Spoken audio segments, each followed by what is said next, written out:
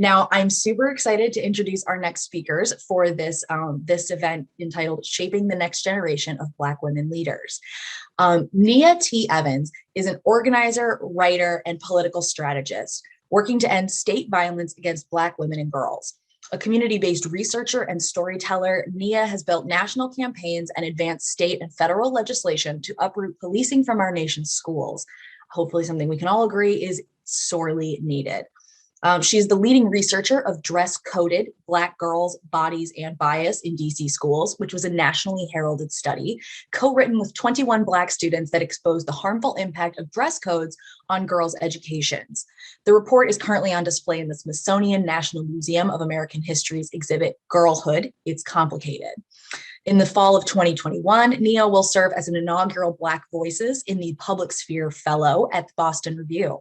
She holds a master's degree from Harvard's Graduate School of Education. Her writing has been published in Slate, The Hill, Education Post, and her research has been featured by NPR, The New York Times, Vox, The Washington Post, and USA Today. We are so honored to have you join us today, Nia. Welcome. Nia will be joined in conversation with Lola Adameo.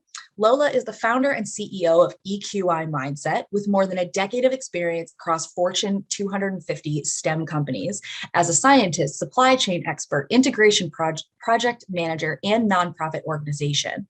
Lola set out to start EQI Mindset, a management consulting firm that provides team and employee resource group optimization. Employee resource groups, obviously ERGs for short. Equipping corporate employees and companies to build inclusion into their framework. Lola, I cannot wait to hear what y'all get up to talking about. So I'm going to turn the stage over to the both of you. Take it away. Thank you. Thank you for that awesome introduction, Meg. Hi, everyone. Thank you for being here. I am so excited to have a chat with Nia today. Thank you for joining us from wherever you're joining us. All right, I'm going to jump right in. We got a good introduction, and I'm sure a couple of you already read through Nia's background. She has a wealth of knowledge to share with us today, and I'm going to dive right in. All right, Nia, we want to start off by asking you to introduce yourself, tell us a little more about you, where are you based, and an insight into your career journey. Sure. Thanks for having me, and I'm glad to be in conversation with you, Lola. So my name is Nia Evans. I'm currently based in Harlem, New York. I'm from Washington, D.C. I'm an organizer and I'm a writer. I have a background in grassroots organizing and civil rights advocacy. So I spent a few years after graduating college in 2015. I spent a year working in higher education with first generation students, doing a lot of academic and social support work. Then I spent a few years in Washington, D.C., where I worked for a women's rights organization called the National Women's Law Center.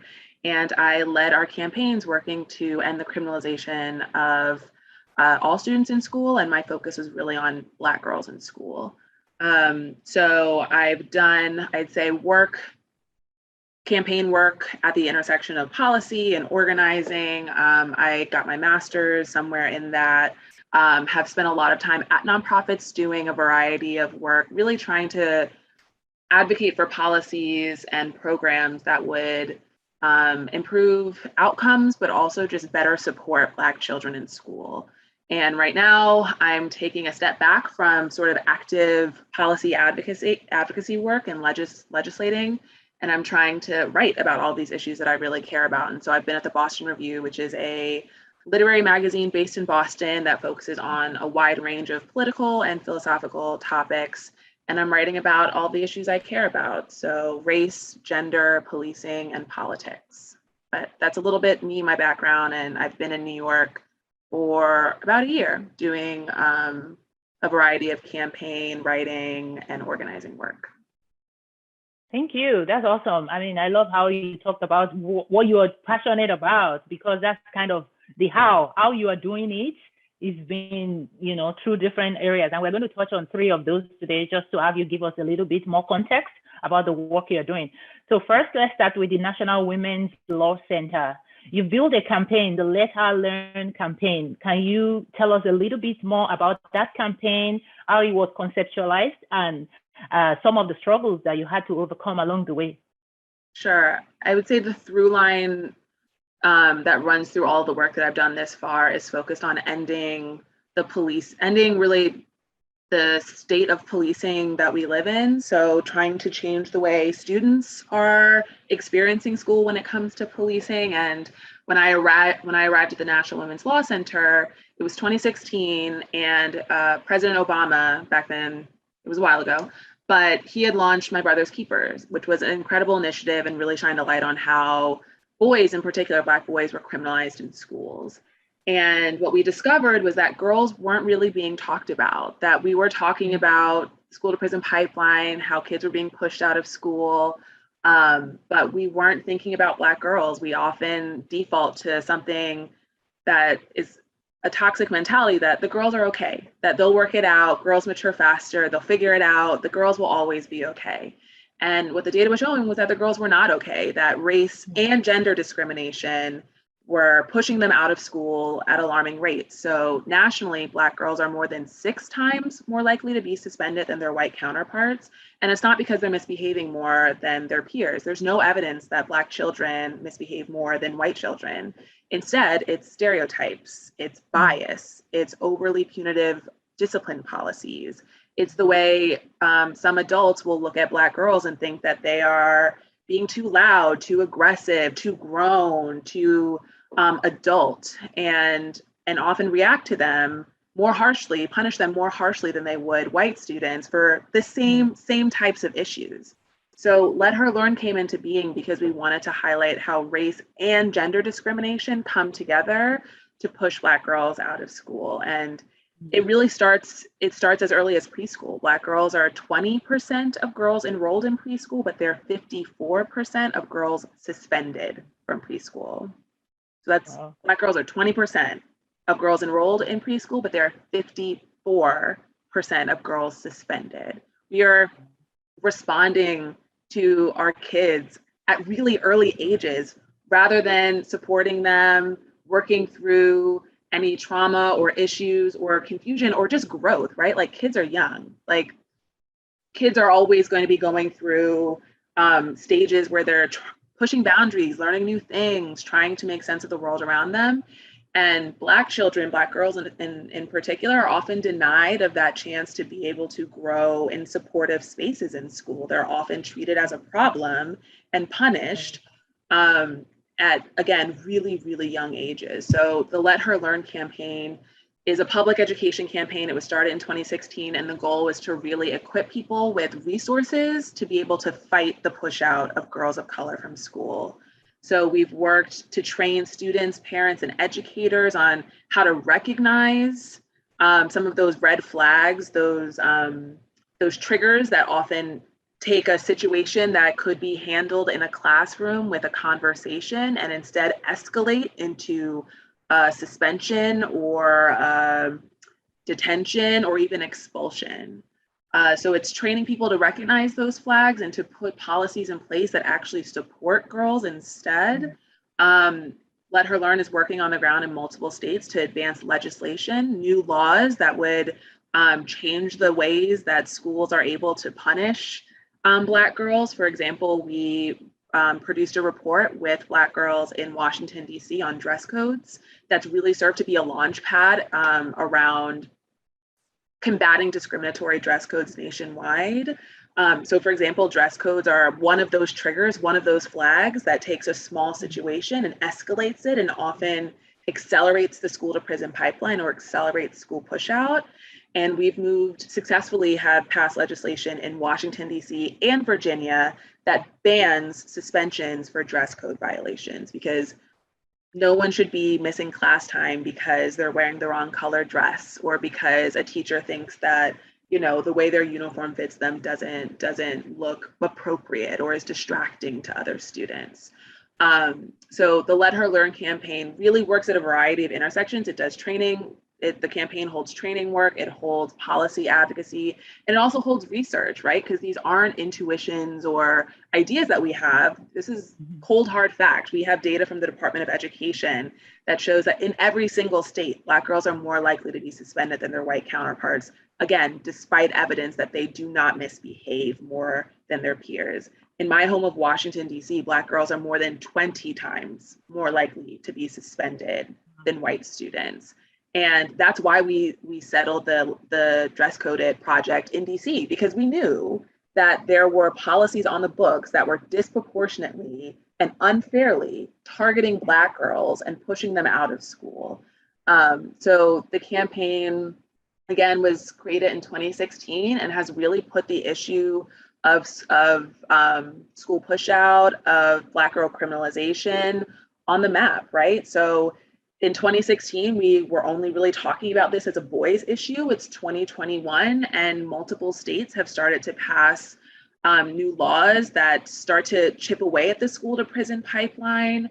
We've also seen on the federal level, congressional leaders like Ayanna Pressley and Ilhan Omar have introduced legislation that would specifically try to chip away at school pushout. It's called the Counseling Not Criminalization Act, that would invest in supports for young people rather than investing in spaces and systems that criminalize their experiences in school. So the campaign, I think, has been really successful in both providing people with like very helpful practical tools. You can go to letherlearn.org and look up your own state, even as far down as your own district, to see what suspension rates look like for different groups of girls. But it's also been a real launching pad for young people to be able to talk about their experiences in school and tell us what they need, and to really connect students who are the experts on this issue with legislators, with educators, with leaders at the local, state, and federal level who can start to put new rules in place so that young people have what they need to thrive. That's amazing. I mean, thank you so much for sharing and for using data. As somebody working in at that intersection of gender and race in corporate workplaces, I love you bringing to light the fact that these issues have existed from the school system, and you know it's something that you're tackling head on, and you're also using science, because I think that's important. It's not just my thoughts, it's not just my ideas and opinions. You know, these have data to support it. So thank you for what you're doing and for sharing more about that. And you already mentioned a little bit of this, but let's dive into the quotes that you have been accredited. DC needs police-free schools now. You have quoted that. Can you tell us a little more about this issue? Why do we need police-free schools? And you know, in what way are you talking about making schools safe for all? Sure. So my work with the Let Her Learn campaign was always centered around eliminating policing in school. And that could look like teachers, adults in the building policing young people unnecessarily, or police officers in schools being deputized to intervene in situations where they don't belong. So because the issue of policing has always been a part of my work, in the past year, I think, as the movement for police-free schools has really blossomed, this is work that's always been happening, but I think in the summer of 2020, there was a real moment of coalescing where I think young people and teachers and counselors and parents across the nation were able to really see each other and collaborate to get police to both change the funding and the ways that police were, to change the ways in our neighborhood that police are sucking up money to the detriment of our communities. We were also able to see that the same harms that we're seeing on the street around police violence, around police funding, around lack of accountability, those things also happen in our schools. The difference is that our young people who are growing, developing, learning, we should all have safe spaces in our community, and young people who should have safe spaces in school instead are having to deal with the harms of police. So in 2020, I wrote an article that was in The Hill titled DC Needs Police-Free Schools Now. And that article is really about how police-free schools are safe schools. I think in the past 3 years, the rhetoric around safe schools has been, we need more police in schools because of gun violence or because of potential shooters. And the way that we keep students safe is to make sure that we have police in school. But instead, to your point about data, what the data shows us is that police don't actually make schools safer. We do have data that shows that police actually accelerate the school to prison pipeline and put students in harm's way. Black and Latinx students are more likely to be over-policed in school, harassed, abused, and arrested in school, despite evidence. There's no evidence that they misbehave more. Instead, the same racism, sexism, the same pervasive harms that exist in our communities that police are perpetuating, the way young Black people are stopped by the cops because they're assumed to be doing something bad, that happens in our schools. So in Dress Coded, for example, something I wasn't aware of that I was horrified to learn was that police officers who, again, this was a report co-authored with young people, students in DC schools, they were reporting that police officers were actually enforcing the dress code, that police officers at their schools were able to stop them at the door if they were wearing the wrong color shoes or if their uniform was dirty. Police officers were stopping them and telling them to go home. We also had police officers who would demand that students, if they suspected that there was some type of violation under their sweater, that they would remove their sweater or take their turban off so that they could see. And that's a really common practice. A lot of people think police officers are just in schools to sort of be silent and protectors should a issue arise, but actually police officers in schools are what's the word I'm looking for, are over involved in day-to-day matters, things like dress codes, things like regular classroom management. I think a lot of people on this call might remember in around 2016, there was a really shocking incident where a student in South Carolina, a Black girl, had a cell phone in class and her teacher called the cops in, and the cop tackled her and arrested her for not surrendering her cell phone. So it's not, the data shows it's not actually that police are responding to violent offenses or violent issues in schools. They're involved in minor routine day-to-day issues and disciplinary matters. And because of racism and sexism and the way that we know police tend to target Black and brown people, it means that young people are at a much higher risk when police officers are in school. So that's one reason I wrote the piece. I also think it's so critical to talk about during the pandemic, how many true health and safety resources we lose by keeping police officers in school. Again, police officers are not mostly dealing with violent offenses in school. They're dealing with, they're escalating minor routine issues that counselors or teachers could be dealing with. They also cost a lot of money. I live in New York City, and we currently spend more on school police officers than we do guidance counselors and social workers combined. And that's not rare.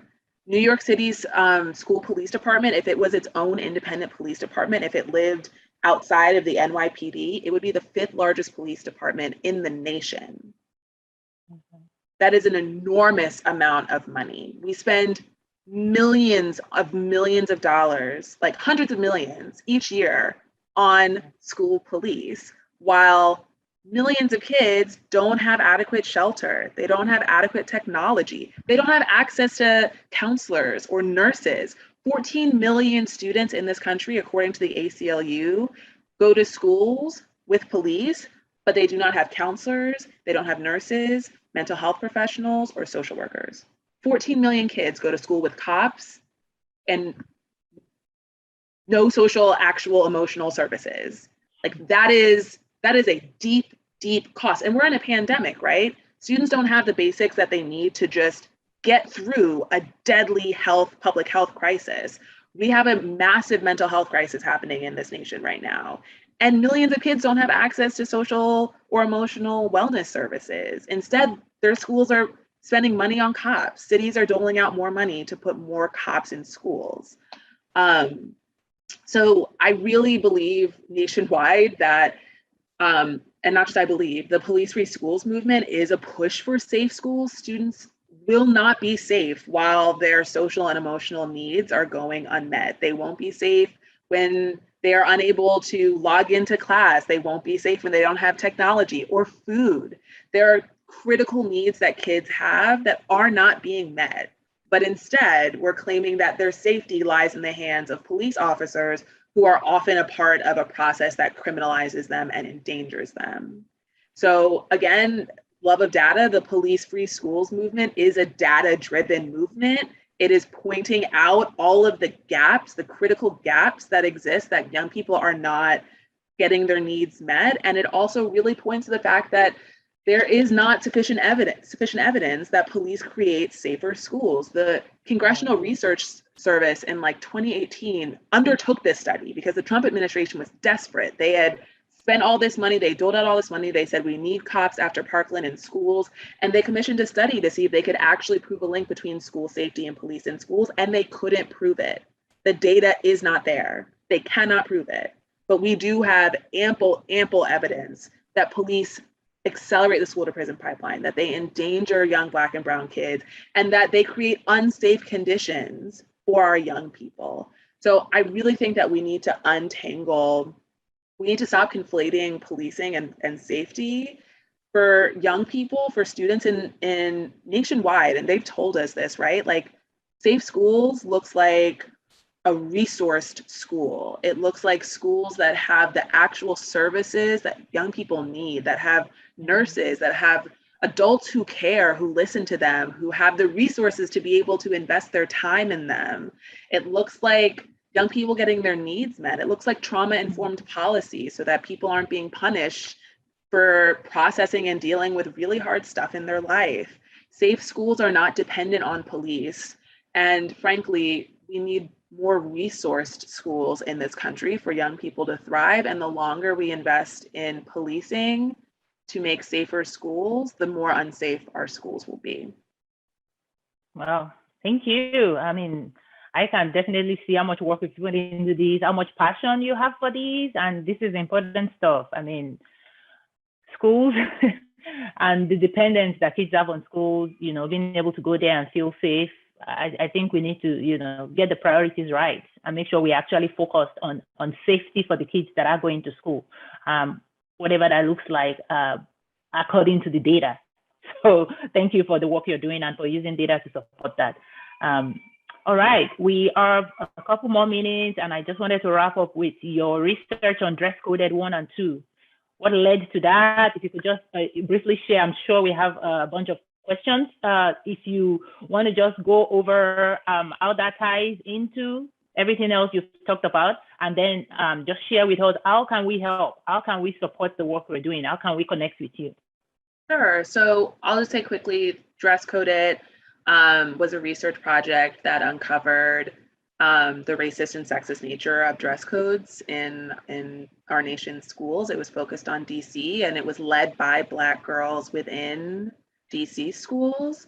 And the findings were essentially that Black girls were being disproportionately targeted and suspended for dress code violations, and that those dress codes were really steeped in race and gender stereotypes, which is why Black girls were more targeted. So the language that we found that you can find in many dress codes was really opened the door for bias. So we saw dress codes that were using language like inappropriate, distracting, that were concerned about how girls were distracting boys, that were really enforcing really outdated gender stereotypes and norms.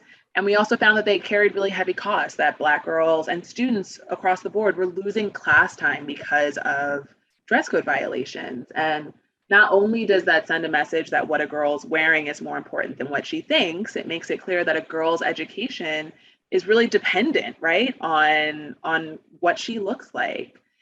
So that study really hit the scene in 2018 and made a big difference in DC and Virginia. And it's helped and supported a lot of the movement and organizing work that's been happening around the country. Some of the solutions that our co-authors proposed ranged from, revising school policies to ensure that discriminatory language or really even vague language that opens the door to bias would be removed, that dress code shouldn't be couched in language around distracting or inappropriate, because it's very easy for a Black girl in this country to be seen as distracting or inappropriate. We also saw students demanding that their class time wouldn't be revoked for dress code violations, because that's more distracting than anything. I think a lot of schools would claim that dress codes are being enforced to keep students focused, but there's nothing that really helps you. I think what is often lost in that conversation is that when young people are missing class time, that is destabilizing and that does not help them focus. And the report can be found. If you type in dress code it, you can find the report on the internet. I can also drop it in here. And I'm hoping it also opened the door, I think, to a lot of important conversations around hair discrimination and how Black girls were being targeted and pulled out of class for having braids, for wearing traditional head wraps that were more cultural than they were religious. And we've seen legislation like the Crown Act, which bans hair discrimination in the workplace and in schools, pop up around the country. It's already passed in, I think, a handful of states, and there's a federal bill that's hopefully going to move eventually. But the idea that anyone should be missing out on critical opportunities because of what they look like, because of what their hair looks like, because of what their body looks like is outdated and it needs to go. But you can find the dress code report and similar work on my website that I just dropped in the chat. You can also connect with me on Twitter.